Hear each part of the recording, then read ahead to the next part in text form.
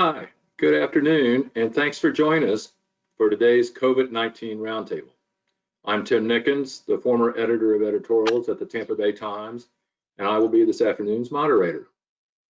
Today, we will answer some of the most common pandemic questions from business owners, community leaders, and residents that are being fielded by the talented team at Shumaker, Loop, and Kendrick. As of this week, the coronavirus has infected more than 7.7 million people in the United States and killed more than 215,000 people. The overall death toll could nearly double to 400,000 by February, according to the University of Washington's Institute for Health Metrics and Evaluation. That really is a frightening thought, and it's clear we are going to be dealing with the impact of this pandemic for a long time to come. Now, if you have questions as we go along, please put them in the chat feature, and one of our panelists will get back to you after the presentation. Now, let me introduce today's panel. Amy McGuire has been serving companies across Florida for over 20 years.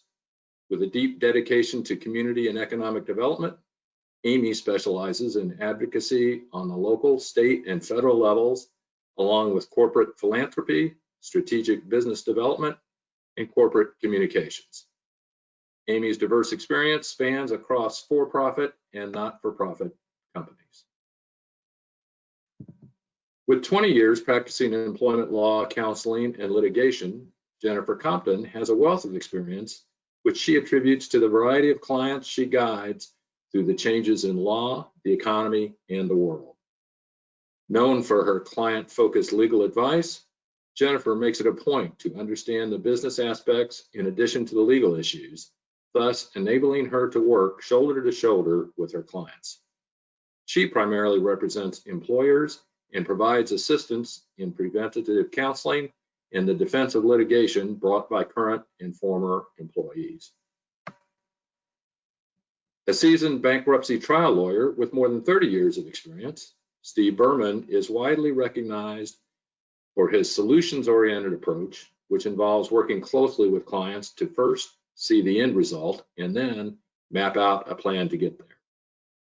His national and international practice focuses on business bankruptcy litigation, representing creditors, investors, distressed debt lenders, trustees, committees, and business entities litigating disputes in bankruptcy court.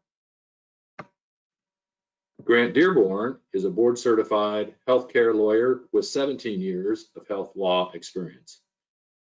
Grant's vast experience includes complex litigation and transactions, Stark and anti-kickback, compliance audits, privacy and HIPAA matters, as well as hospital, pharmacy, physician group, and health plan operations.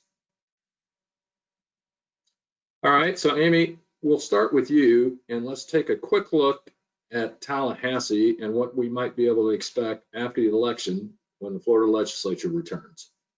Super. Thank you so much, Tim, and thank you everyone for joining us.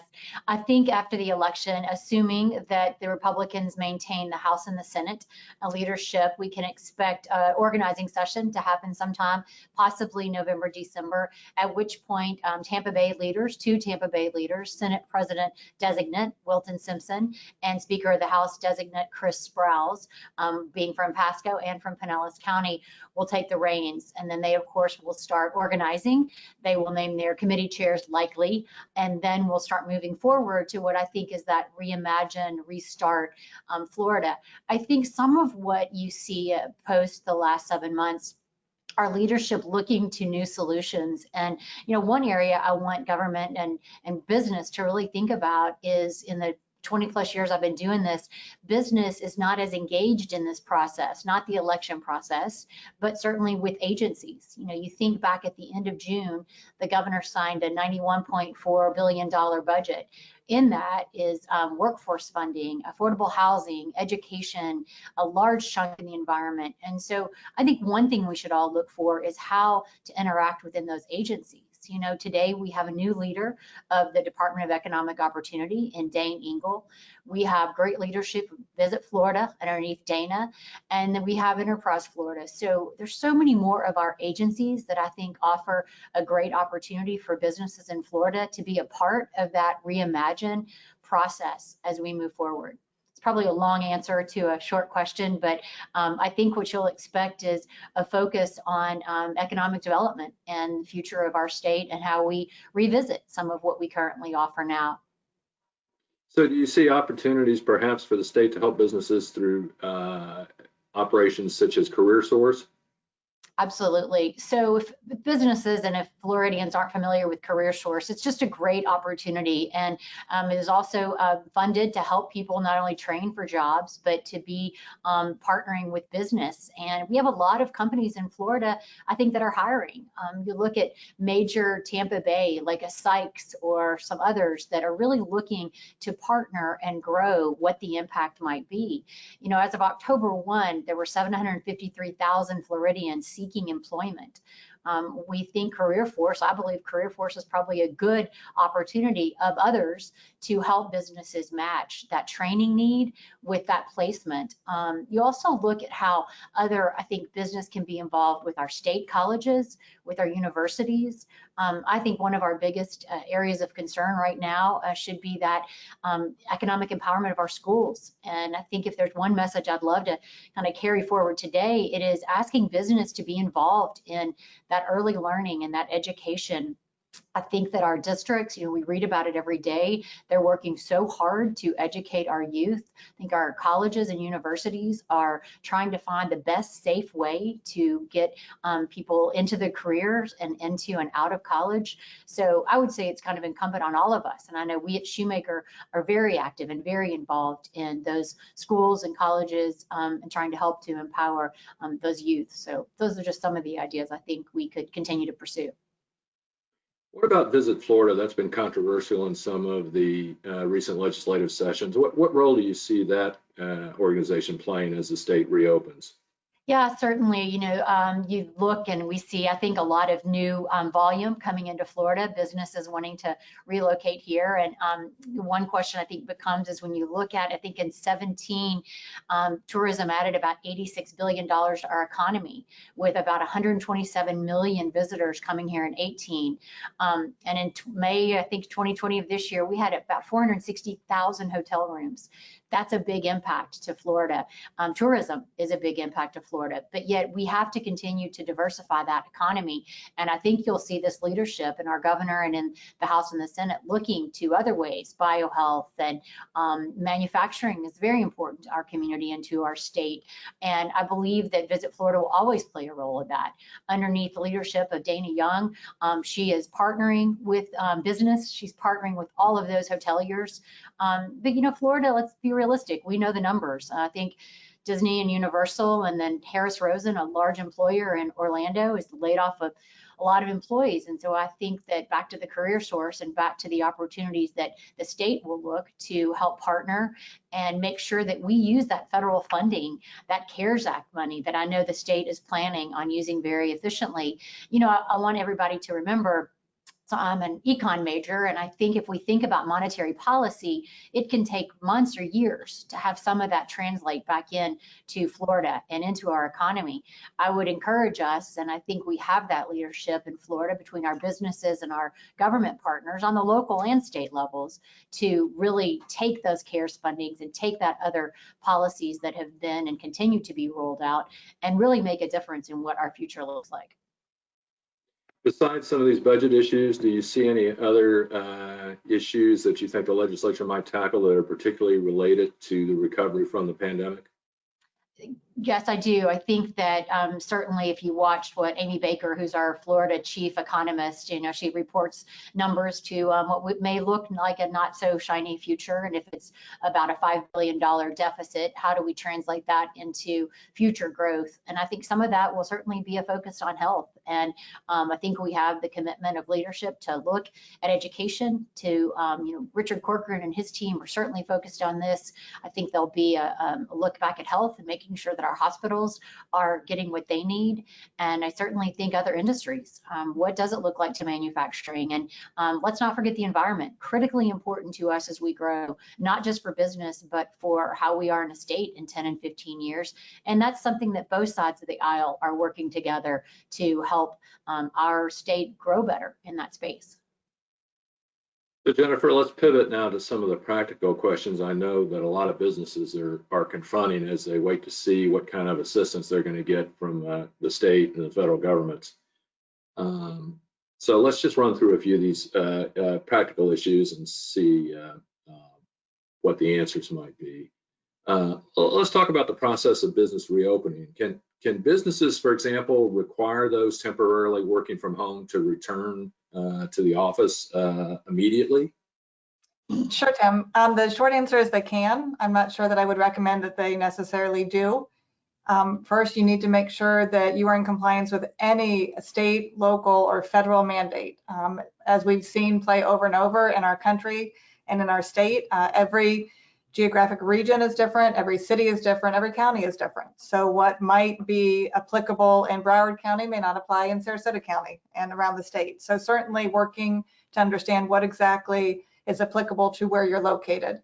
But when you have, and we all did the forced adaptation with our employees working from home, some very successfully, some not successfully. One of the most frequently asked questions we're getting right now is, now what? Can I bring people back? And certainly understanding with all the applicable laws and taking those into account, you can bring people back and you can bring employees back and you can do it safely. There's a lot of guidance out there that has been provided from the CDC, from OSHA, even from the EEOC on how to do it. And so we are seeing businesses in every sector, every industry, starting to do that very safe return to office. And as long as they're doing it in an orderly way with a written plan that's very well thought out, I can, and I think people should be doing that. Well, from the worker's perspective, what if they tell their employer, well, I don't really feel safe going back to work, and I'm comfortable working from home. Do they have any particular rights as far as being called back? So there's going to be two answers here. There'll be a legal answer and a business answer. On the legal side, they and the employee has the same rights that would be afforded to them as if they were sitting within the four walls of your building. So what by that I mean the Americans with Disabilities Act, for instance. If they have a serious medical condition that is somehow impacted by COVID, where they are particularly at risk or have a comorbidity where they have a healthcare professional that advises them to stay at home, then that employee would have the right to request an accommodation from an employer saying, please return to work. What that means is the employer and the employee engage in a dialogue. It's called the interactive dialogue, where the employer seeks to understand what exactly the limitations are from the employee's perspective as defined by a healthcare provider, and then see what accommodations can be made, if any. For instance, within the four walls of a business, we deal with this a lot. If someone has ADHD and working in a cubicle is difficult, is there a walled office where they might be able to be more productive? Someone that's standing on a manufacturing line all day, if they have a physical condition that requires them to need to sit frequently, could we put in a high chair for them to sit in occasionally? Those are all different types of accommodations. And what we're seeing and what the EEOC has told us is that those same type of accommodations apply in the COVID situation. So if you have somebody that's immunocompromised, if they are actively going through cancer treatment, they would certainly have a healthcare professional that would say, you need to not be in the office, you need to be at home. And as the employer, we would need to accommodate that. And if we can allow without undue hardship, the employee to work from home, we would need to do that. That's the legal answer. On the business side, even if there's not a right or a requirement that we allow an employee to work from home, you know, I will tell employer clients all day long, even a legitimate fear isn't necessarily the basis for a required accommodation. But the practical aspect is, if you have valued employees and you want to keep them, you need to listen to them and be willing to be flexible and adapt. Even with very high unemployment, I am told every day by employers how difficult it is to find quality, good employees. So if you have an employee that is productive working from home and wants to stay at home for whatever reason, the employers really need to think about allowing that for some period of time. Lastly, I always say you're not agreeing to this for a lifetime, you're agreeing to it for the near future. So certainly if it allows you to keep that employee working and being productive, keep your business up and running, getting back to some level of operations that will hopefully add a lot to your bottom line, you need to consider that from the business side. It sounds like this is one of these situations where you certainly can't say, the employer can't say you're coming back to work or else, and the employee can't say, no, I'm not, and hang up. There's going to have to be a lot of conversation here, right? Absolutely.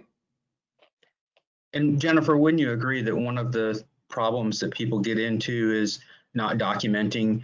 You have a worker who maybe is not productive working from home, and sometimes employers don't document those problems.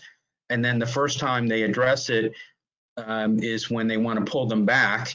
And the person says, well, I have a condition or a fear, and that's not the best time to be first time having that conversation about an employee being not effective working from home.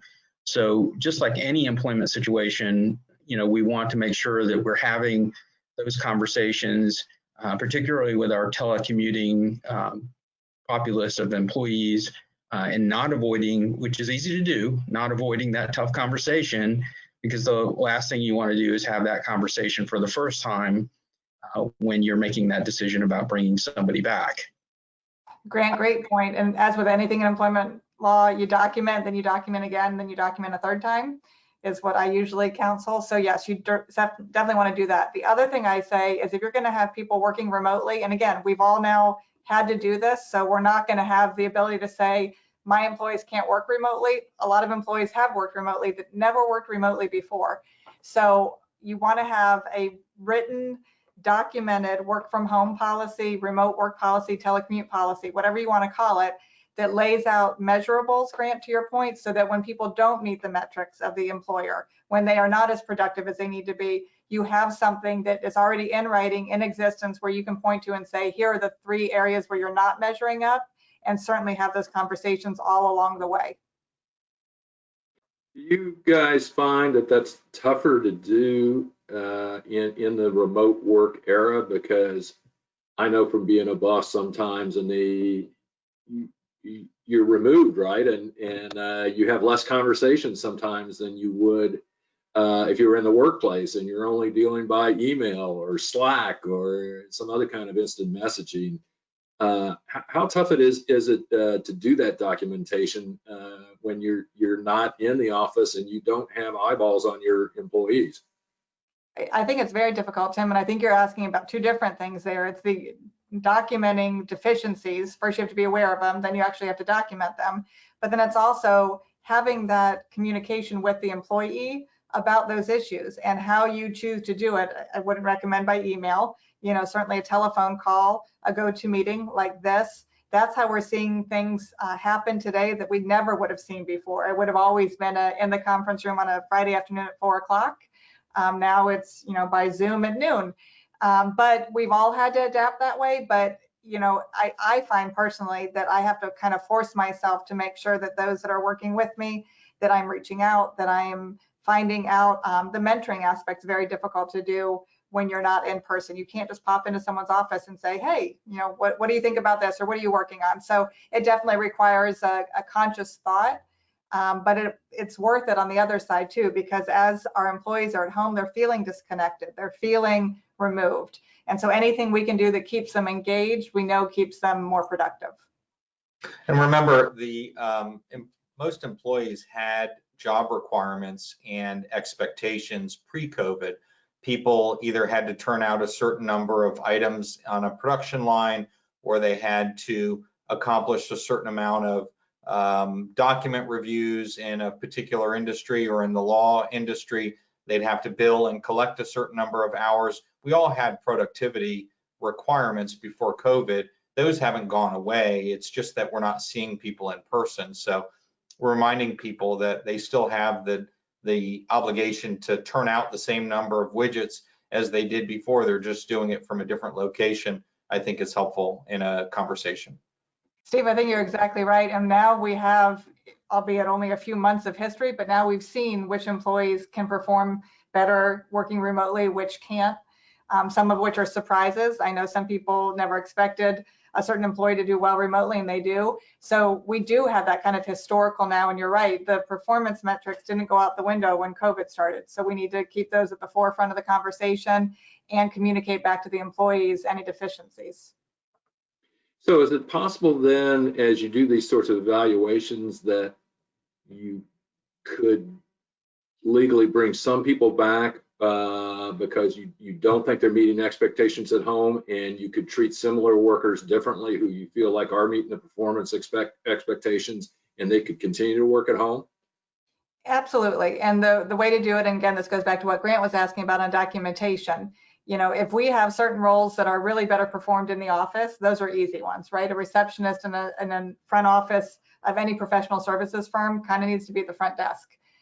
It's very difficult for them to do their job from home. Those are easier.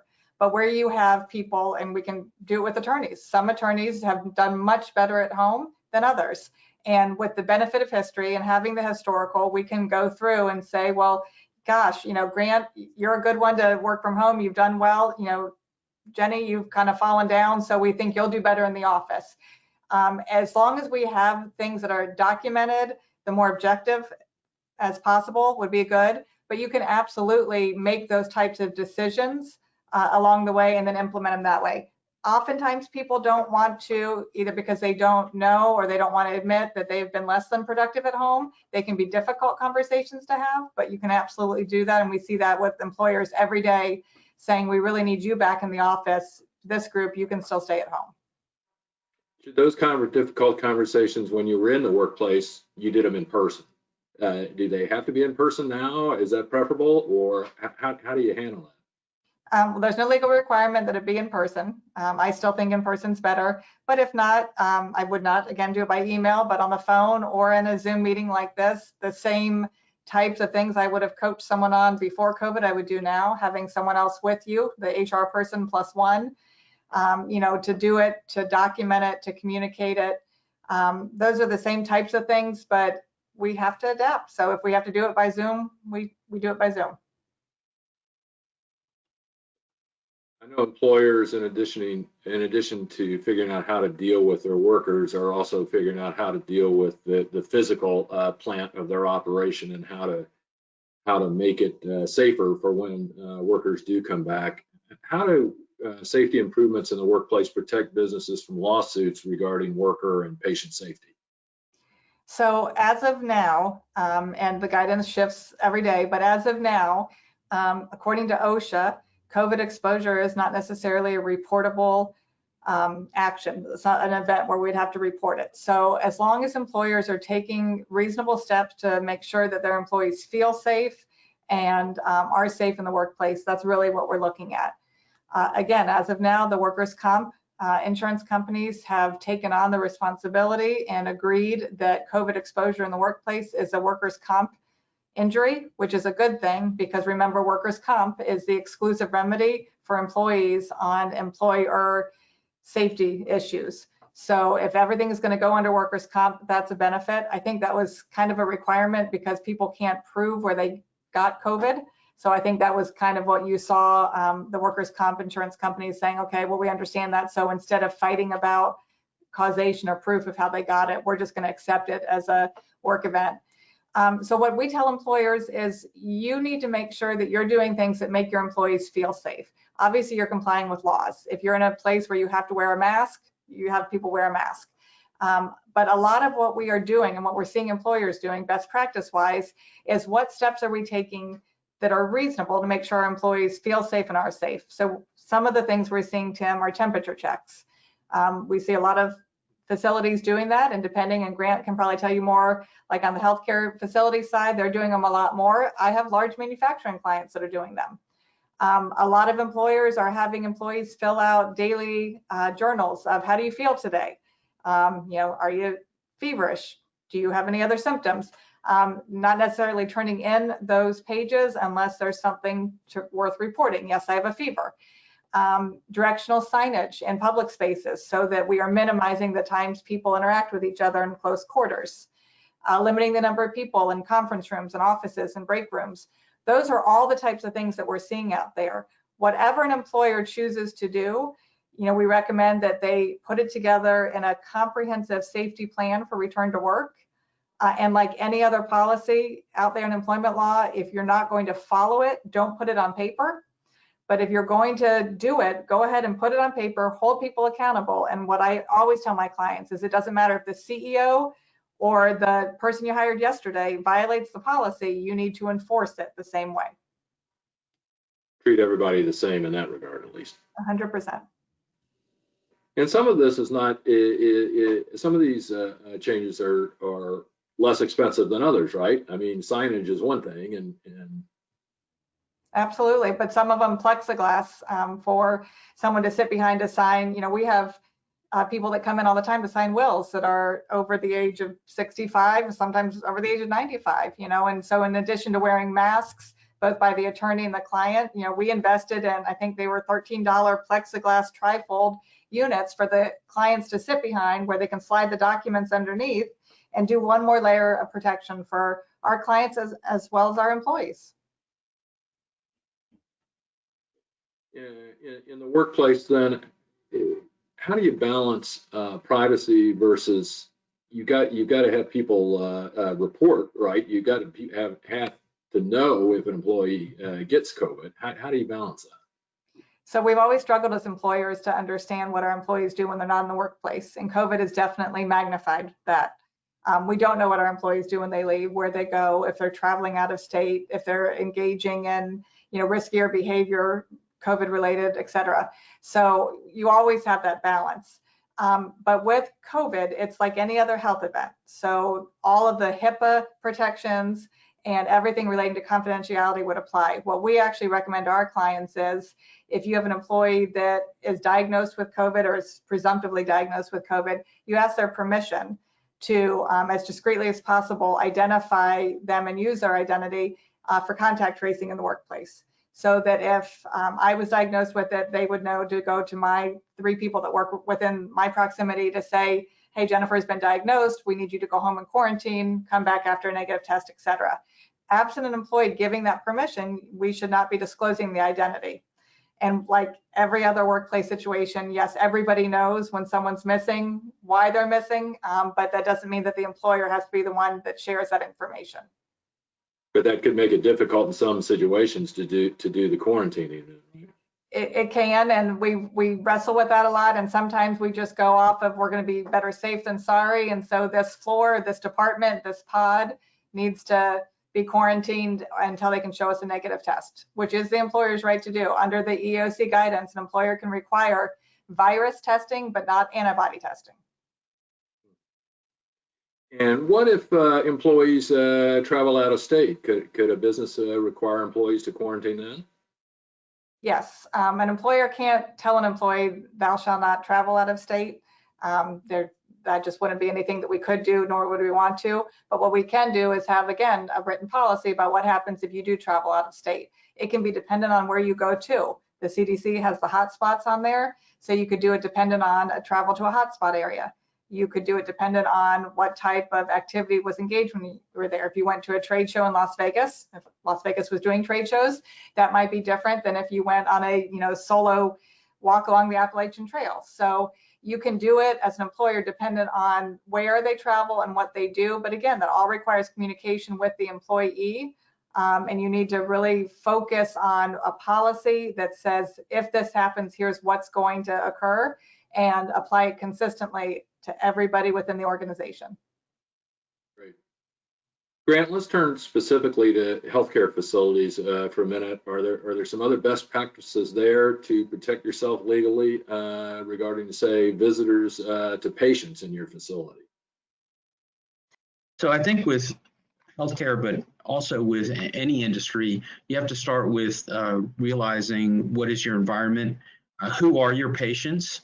Obviously, if you are seeing women who are 8 or 9 months pregnant, you want to take a much higher level of protection than if you are seeing, children who have a cough or something that's not very serious. Additionally, you do have to consider your employees. As Jennifer's been mentioning, employees still have rights. And we do also though, want to consider the value of our employees so that if you have employees who either have some medical condition or a heart condition or something that would put them in that category of being more susceptible, you want to make sure that you create reasonable levels of protection, not only for your patients, but for your employees. For instance, if you're a practice and you have somebody who has a high-risk pregnancy who works for you, you want to be a lot more careful about how you conduct your business, taking into consideration their rights and also your patients' rights. So I think it's been made very clear by the CDC and others that masks are important. So whether you disagree or agree with that, those public statements are out there. And so I think they've kind of set a standard for taking care of people. And that's going to be, if you were to get into litigation, that's going to be something that's going to be used as a standard. Any pronouncement by the CDC where they talk about social distancing or wearing masks or those kind of things, even if they're just recommendations, you have to really consider them very strongly. But you do have to consider the things that Jennifer's been talking about, ADA rights, and are there things that you can do to accommodate somebody. For instance, would a face shield meet the standard that you needed to meet as well as or almost as well as a mask? So those are things that you very well have to consider. And you may also be in a building where you rent space, where the landlord of the overall building has a standard that they set. So it's not an easy one thing answer, but I think you always want to go to two things. One is, what is the reasonable standard in this situation to protect my patients and my employees?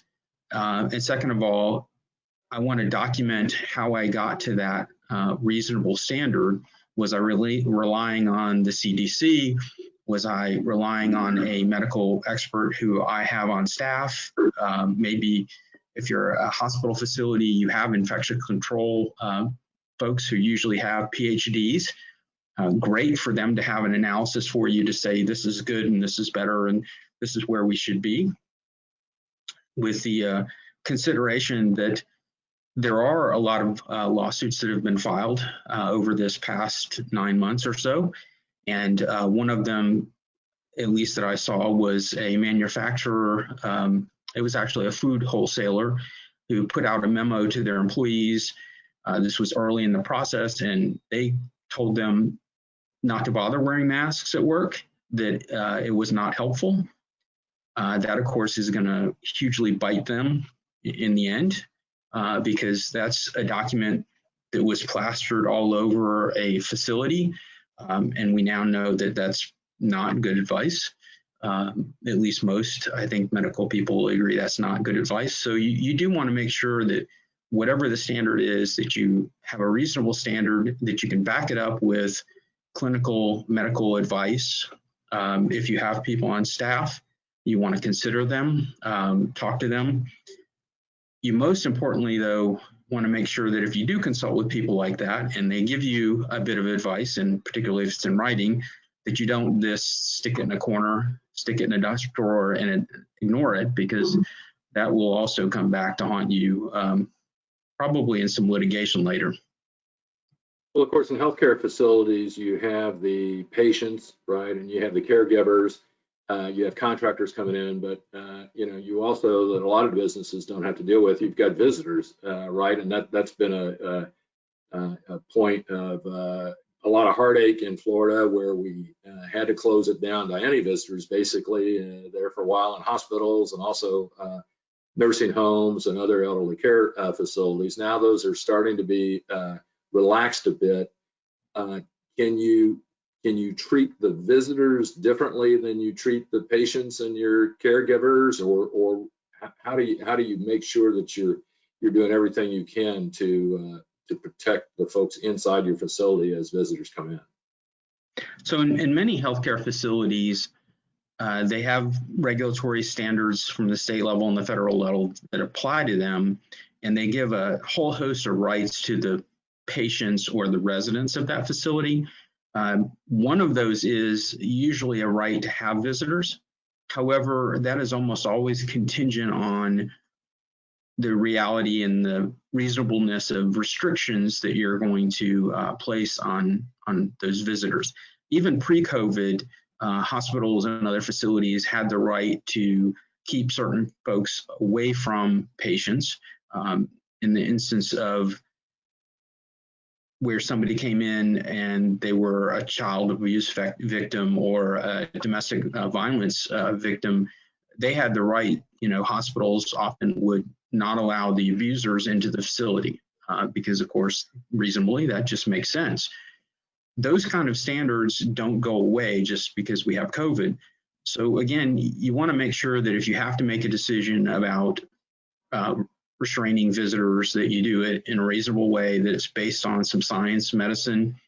I would say that putting some signs up, having communications, if you have reception people, security guards who often interact with the people who are coming in, make sure they know what the policy is and can talk to it at least to some level, because having those conversations at that front end point is going to possibly curtail the number of people who are trying to hire lawyers or who are going to the newspaper saying that you were unfair.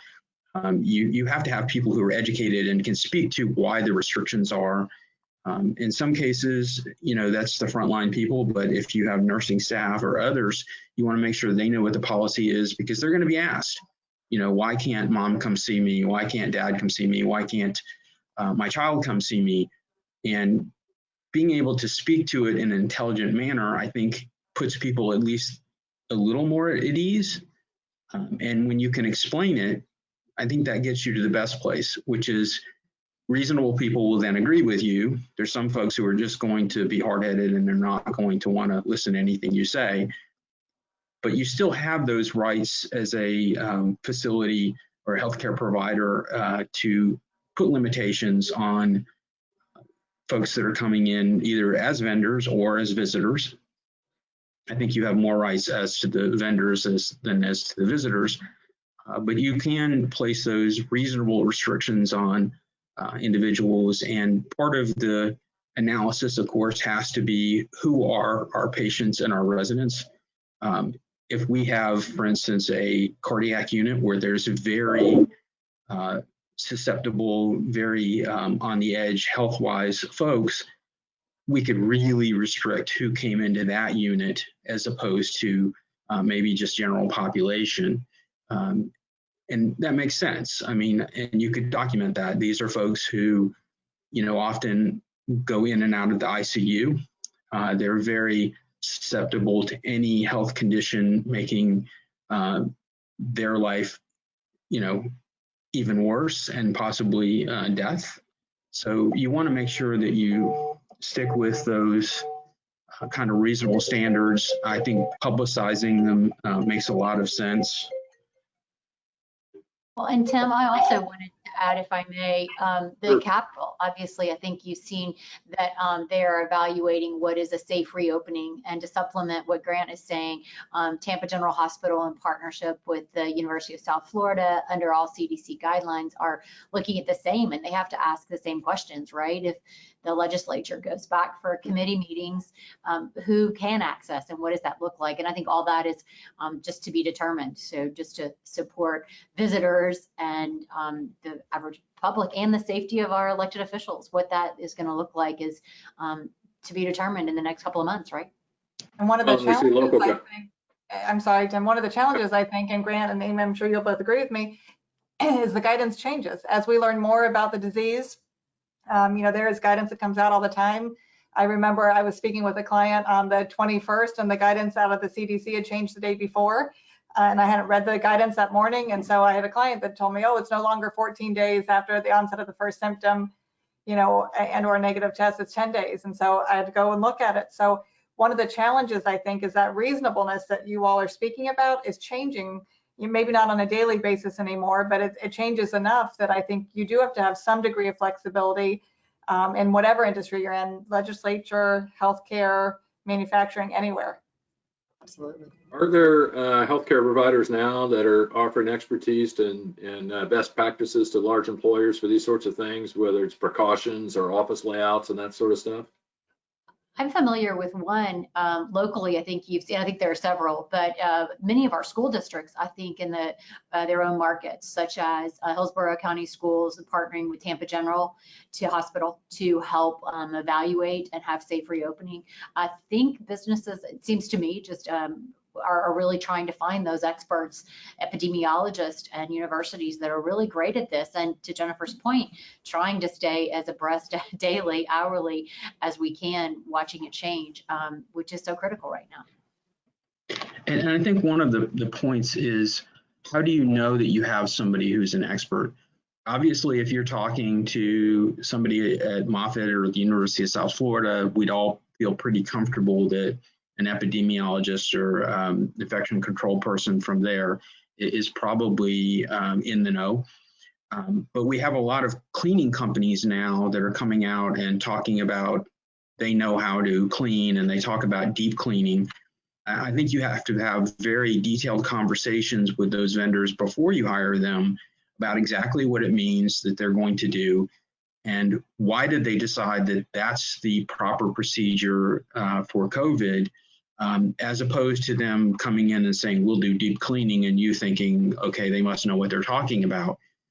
Because that is a risk, is obviously if you take the money and the effort to do those kind of cleaning things, you want to make sure they work. And like in any chaos, there's people who see opportunity. So you want to make sure that if you do hire somebody, that you have a very deep conversation with them about the standards that they're using. Where did those standards come from? Do they have somebody that they consulted? Who is that person? You know, are they a PhD, or are they a failed scientist, or who are they? So that you can kind of get a sense of exactly what you're buying and how effective that might be, because it's very easy to go out and say we are, you know, really great at this, but when asked, you find out maybe differently. So I think one of the important aspects of this is going to be know who you're doing business with, ask the tough questions, make sure that what you're signing up to get is really what you're getting, because otherwise you might be just spending money for nothing. Excellent point. We spent a lot of time here talking about businesses that are operating and continue to operate and how they're adapting. But as we've seen in the Tampa Bay area and nationally, there are a lot of particularly small businesses that just aren't going to make it. So I wanted to ask Steve a few questions about what those folks are supposed to do in those situations. What industries right now, Steve, are we seeing a big increase in bankruptcy filings? Well, we're seeing an increase in filings with certain types of industries, but also certain types of businesses. And I'll try to answer the question two different ways. The industries that are obviously struggling are the ones that are obvious to most: hospitality, that includes your restaurant, bars, hotel, travel type companies, commercial real estate, to include both office real estate as well as retail space. They're struggling. I think you're going to see a fair amount of filings in the manufacturing area with supply chain disruption. That's something that we're seeing a lot of. Businesses can't get the supplies they need to operate and to be able to manufacture their goods to get them out in the stream of commerce. The flip side of that is what businesses are doing well. You're seeing home delivery services skyrocket. You're seeing the cost of insurance decline because people are at home, they're driving less, they're in their homes, so home casualty insurance prices are coming down. You're seeing utilities probably have an increased consumption with people at home. Telecommunications systems, I mean, whoever heard of a lot of the systems that we're using today that we learned about in March. These are all new technologies that have been developed so that people can be productive from a remote location. I think the biggest sort of overall takeaway from looking at the types of businesses that are filing and the ones that are not filing, the businesses, regardless of the industry, who could adapt and make changes and pivot their method of doing business are the ones who are succeeding. So your restaurants that added to-go food or added delivery services, or some restaurants are selling groceries with relaxation of various restrictions and regulations, bars who are selling drinks to go or delivering them, or delivering drink packages for people with a bottle of liquor and mixers and fruit and all that kind of stuff. So people can still have that sort of experience, but experience it remotely. And also the businesses that were well positioned. I mean, in any cycles, economic cycles where you see downturns, the businesses that were marginal from a productivity perspective or from a financial metrics perspective are always the ones that are going to fail first. So the businesses that were well equipped with cash, had good customer relations, had a steady clientele or customer base, had good banking relations, had good relationships with their landlords and suppliers, are the ones who are succeeding, because we're all having to sort of work through this process. It's the businesses who in January and February were behind on all their payments, who had liquidity issues, who did not have a good relationship with their bankers or their landlords or their suppliers or their customers, are the ones who in March realized that they were not going to be able to succeed. So I think you can look at it from an industry specific perspective, but also from the type of attributes to the business which existed sort of pre-COVID. So if you feel like you're at a pivot point and you're a commercial landlord, or if you have, say, multiple locations of your business, are there pros and cons to weigh before you take the bankruptcy route?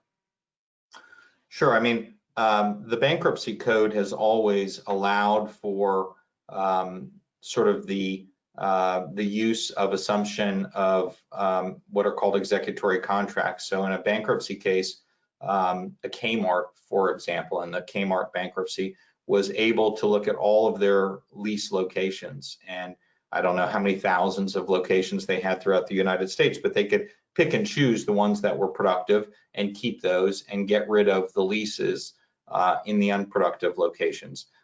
So for your Sports Authority and Sears and JCPenney's and all the retail bankruptcies, the ability to shed your obligations, your monthly obligations, wiping out the lease obligations from unproductive locations has always been a strong tool in the sort of bankruptcy arsenal for Chapter 11 filings, and that's still the case.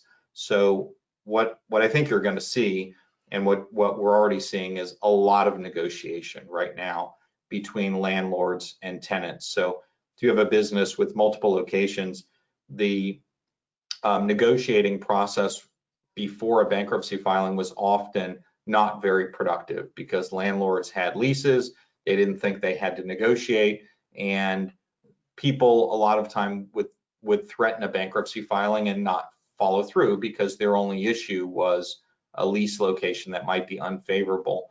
But now you're seeing a lot of flexibility on the parts of landlords, because they have a whole host of category of folks who are not paying rent presently. In some jurisdictions throughout the United States, you can't evict someone or you can't foreclose on a mortgage because there are bans on those sorts of legal remedies for the time being.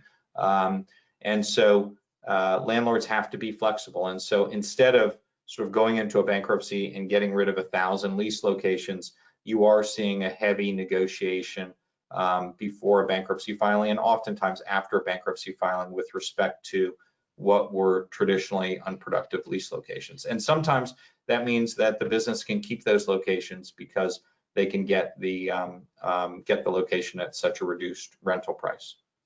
Steve, Well, you raised a have great, you seen anything yet where you've had an employer that has wanted to get out from under a lease, and the example you just gave, because an employer was not able to get to social distancing or have the physical safety features that it thinks it needs in the post-COVID world? Well, the answer is yes, and you don't need a reason to reject an executory contract in a bankruptcy case. So you can get rid of an unfavorable lease without having a basis, as long as the business is exercising their business judgment. So it's a pretty flexible standard. The interesting thing is there's a damage provision. If you get rid of 1,000 Sears locations, the landlords from those locations have a right to a claim, an unsecured claim in the bankruptcy case. It's usually pinned on the contract price. So it's a formula. It's limited in duration, so they don't get the rest of the lease. They get up to a certain number of months duration of the lease at the contract price.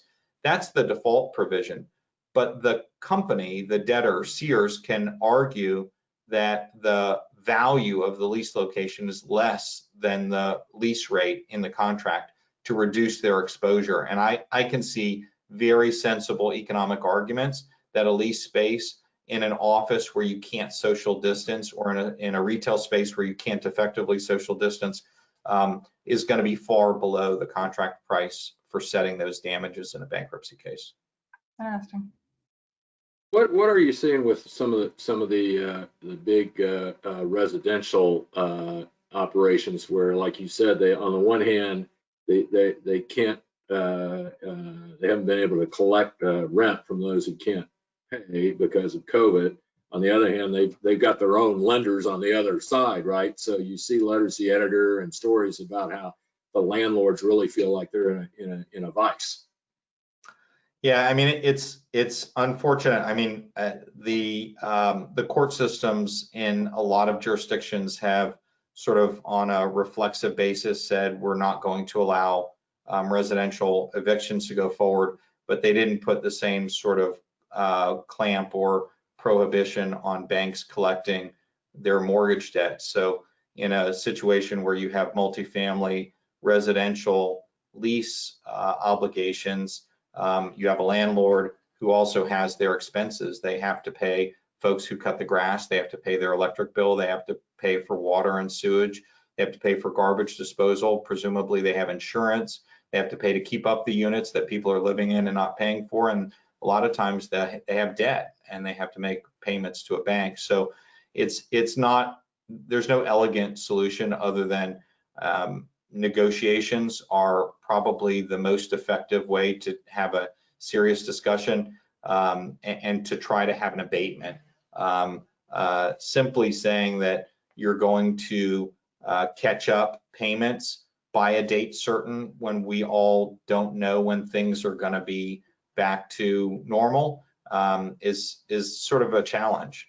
So we're suggesting that folks have discussions both with their tenants and with their obligations, whether they're bank obligations or their other suppliers, and try to work something out. It's much more difficult to work out an arrangement with the guy who cuts the grass at the apartment building, and easier to work out a rent abatement or a mortgage payment abatement with Bank of America, or an abatement with TECO for energy consumption.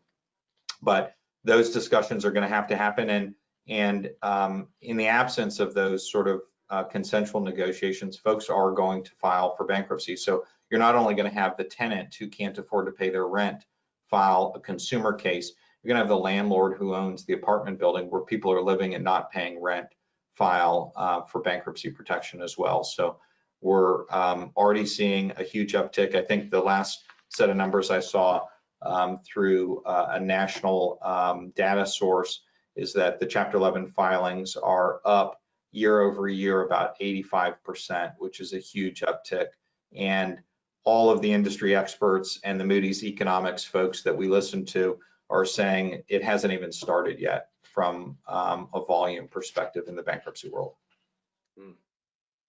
Well, we have just a few minutes left, and this has been, I know, a very enlightening conversation for me. And if I can sum up, it sounds like some of the bigger parts of advice here are things that I've heard before, but document, right? Know the regulations and the best advice health-wise to deal with the pandemic, and then take those reasonable steps to protect your employees and your customers. Do you guys, any other final thoughts you guys would like to give here before we wrap it up?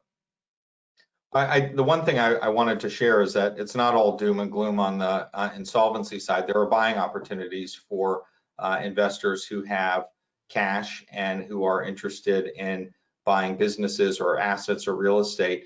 We're not going to be in a downturned economy forever. And so the flip side to the financial insolvency for some is opportunities for other businesses. And we talk to those folks as well. And there's a lot of buying opportunities out there right now. And Tim, I would just kind of add too on the positive side too, ending on a positive, is just how we as employers and employees and just basic citizens can find those partnerships and looking to be a part of the solutions on the state level. And I think that's an important way we go forward, is to watch what happens. You know, I've been in advocacy for over 20 years, and I'm always amazed at how few people really understand the difference in the three branches of government. Just what we've talked about today, and how you can play a role in all three of those. And if I could, just one other positive thing is what Jennifer and Steve have noted. It's going to be about relationships in the end. In a world where we spend a lot of time on email and we use a lot of technology to communicate, as Steve's mentioned about landlords and banks, et cetera, it's going to be about relationships. As Jennifer mentioned about employees and employers, it's going to be about relationships. Those people who have taken the time to build good relationships. And I would also say between healthcare providers and their patients, trust and that relationship is going to mean a lot in these situations. And I think those businesses and individuals that have taken the time to build those relationships and build that trust are going to have a lot easier time getting through this than those people who are those businesses that are suspect as far as their employees and clientele. And I think it's going to be a little reversal from what we've been seeing generally in this century. We tend to have less personal relationships, more electronic communications. I think we're going to be seeing a little bit of a need to change that and have personal relationships, have interaction, and salvage relationships and business dealings that way. And I guess my final thought, Tim, would be that, you know, out of everything, someone once said, never waste a crisis. You know, there are lessons that we have learned in COVID that I think can benefit employers and all of our businesses going forward, where we can continue to build on some of the good things that we were forced to do because of COVID, but now we choose to do in a post-COVID world. So I think the employers that do that best will be the ones that certainly see a recovery if they need a recovery faster, and will ultimately succeed and flourish. Great. Well, that concludes today's roundtable. We hope you have found this discussion helpful and informative. And of course, if you have any additional questions or comments, always feel free to reach out to Shumaker, Loop, and Kendrick. And for contact information, you can visit shumaker.com. Thanks so much for watching. Thank you. Thanks, everyone. Thank you. Stay Have a good safe. day. Have a good day. Stay well.